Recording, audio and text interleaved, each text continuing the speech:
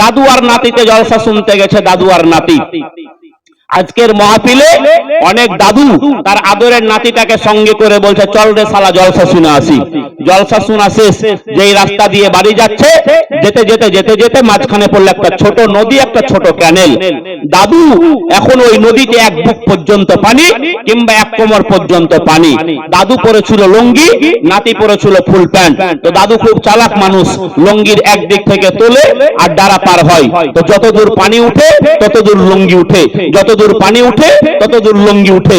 ওই করতে করতে পানি যখন একেবারে কাঁচা বরাবর চলে গেছে, ও দেখছে তো অবস্থা ভালো নয়, সঙ্গে সঙ্গে ওর কোমরের গিট থেকে আজকে তার বাঁধনটাকে খুলে নিয়ে আজকে সেই লুঙ্গিটাকে মাথায় বেঁধে নিয়ে পাগড়ি করে দিয়ে উলঙ্গ অবস্থায় ন্যাংটা হয়ে ডালাটা পার হয়ে গেল।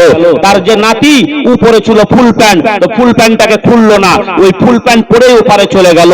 শীতের রাত, পৌষ মাসের শীত, আর ওপারে গিয়ে এমনি তো শীত, তারপর আবার পানি হলো কনকনে ঠান্ডা।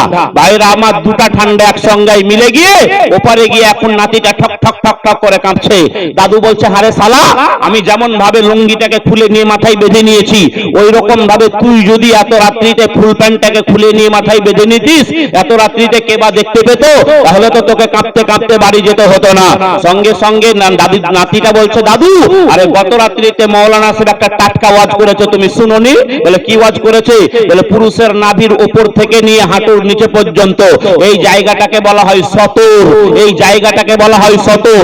আর এটাকে সব সময়ের জন্য ঢেকে রাখা হলো ফরজ, আর এটাকে বিনা কারণে বিনা প্রয়োজনে উলঙ্গ করা এটা নাজায়েজ কাজ, অপছন্দনীয় কাজ। এই কথাটা গত রাত্রিতে মাওলানা সাহেব আলোচনা করেছে, তুমি শুনোনি? মুসলমানের বেটা বর্তমান সময় হাফ প্যান্ট পরে আজকে ভাইরা আমার রাস্তা রাস্তা মোবাইল নিয়ে ঘোরাঘুরি করে। ভাইরা আমার, আল্লাহর নবী বলেছেন, আল হায়াউ শুবাতুম মিনাল ঈমান, লজ্জা শরম হলো একটা ঈমানের অংশ। লজ্জা শরম হলো একটা ঈমানের অংশ। মুসলমানের বেটা পুকুরে মহিলারা গোসল করে, নদীতে মুসলমানরা গোসল করে, আর তুমি এমন একটা নির্লজ্জ, তুমি জাঙ্গা প্যান্ট পরে আজকে সেই মহিলাদের সম্মুখে তুমি পুকুরে গোসল করো।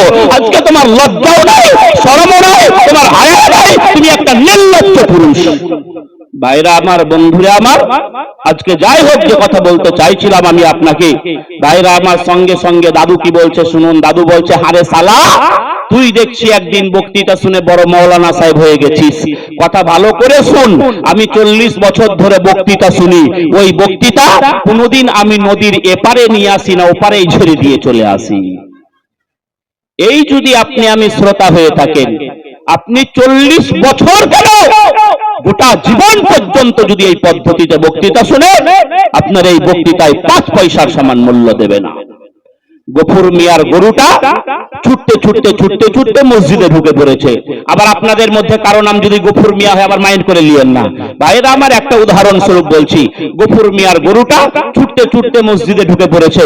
মাশাআল্লাহ, এখনকার দিনের মসজিদ, আপনাদেরটা বাদ দিয়ে, মাশাআল্লাহ এখনকার দিনের মসজিদ খুব চকচকে, একেবারে মার্বেল লাগানো, এসি লাগানো, টাইলস বসানো, কত রকম একেবারে পরিচ্ছন্ন অবস্থায়। ভাইরা আমার, মুসল্লি থাক আর না থাক, নামাজি হোক আর না হোক, আজকে মসজিদ চিকন করতে হবে। ভাইরা আমার, যাই হোক, এখন মসজিদ তো খুব সুন্দর। এখন দেখে জোহরের সময় মুসল্লিরা এসে দেখে মসজিদে গরু, মুয়াজ্জিন সাহেব চিৎকার মেরে বলে, এই গরু কার, গরু কার, গরু কার? গফুর মিয়া ছুটতে ছুটতে এসে বলছে, এই গরু কার মানে? এই গরুটা আমার, তুমি জানো না? বলে, তোমার যদি গরু হয় তো গরুটাকে বাঁধা রাখোনি কেন? পেচ্ছাপ পায়খানা করে একাকার করে দিল, নোংরা করে একাকার করে দিল, এটাকে পরিষ্কার করবে কে? এটাকে ধৌত করবে কে? গফুর মিয়া কি বলছে শুনুন। গফুর মিয়া বলছে, আরে ও অবুঝ বলেই তো মসজিদ এসেছে, আমাকে জীবনে কোনোদিন তুমি মসজিদ আসতে দেখেছো? গরুটা অবুঝ, তাই ও মসজিদে যায়, আর ও খুব বুদ্ধিমানের বেটা, বুদ্ধিমান, তাই ওর মসজিদ যাওয়ার প্রয়োজন পড়ে না। ভাইরা আমার, বন্ধুরা আমার, বক্তৃতা শুনতে হবে আপনাকে আমলের নিয়ত নিয়ে। আমলের নিয়ত নিয়ে যদি বক্তৃতা শুনেন, এই বক্তৃতায় ফলপ্রসূ হবে, এই বক্তৃতায় আপনার নাজাত পাবেন, এই বক্তৃতায় পরিত্রাণ পাবেন, এই বক্তৃতা আপনার জন্য নাজাতের জারিয়া হিসাবে আজকে কাজ করবে। এই বক্তৃতা আপনাকে কাল কিয়ামতের মাঠে জান্নাত যাওয়ার রাস্তাকে সহজ করে দেবে। আর যদি আমলের নিয়ত যদি না থাকে, আমল করব না এই নিয়ত নিয়ে সারা জীবন পর্যন্ত বক্তৃতা শুনলেও ওই বক্তৃতায় 5 পয়সার সমান মূল্য দেবে না। চলুন এবার এবার আলোচনা আরম্ভ করব।